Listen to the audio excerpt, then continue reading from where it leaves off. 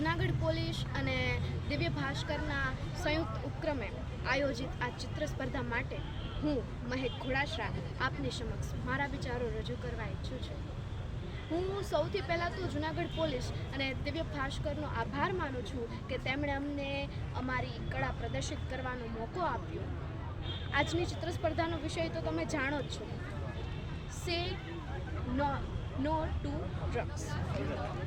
નશા મુક્તિ ઉપર કેટલાય લોકોએ પ્રવચનો આપ્યા છે, વક્તવ્યો આપ્યા હશે, એટલે હું નાના મોટી વાત તો શું કરું, પણ મને મન થાય કે હું પણ કંઈક કહું.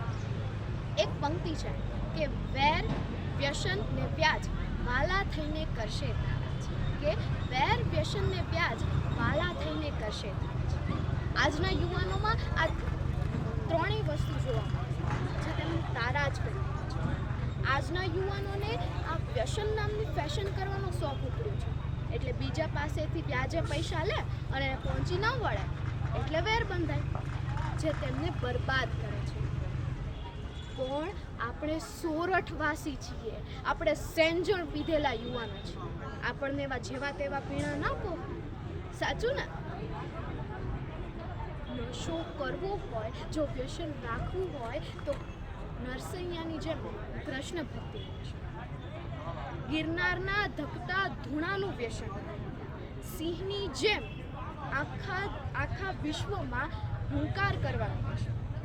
એટલે કે જો કરવો હોય તો દાતારી, ખુમારી અને હોશિયારીનો નશો. આપણા ગુજરાત રાજ્યને આખા વિશ્વમાં નંબર 1 બનાવવાનો નશો રાખો, અને તેમાં તમારું યોગદાન.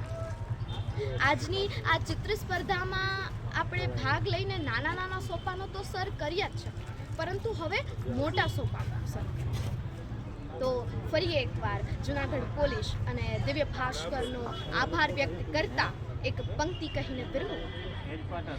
आसमान पे आंख लगाए क्यों बैठा है यारा, कि आसमान पे आंख लगाए क्यों बैठा है यारा, तेरे ही अंदर चमकेगा एक दिन तेरा ही तारा, तेरे ही अंदर चमकेगा एक दिन तेरा ही तारा.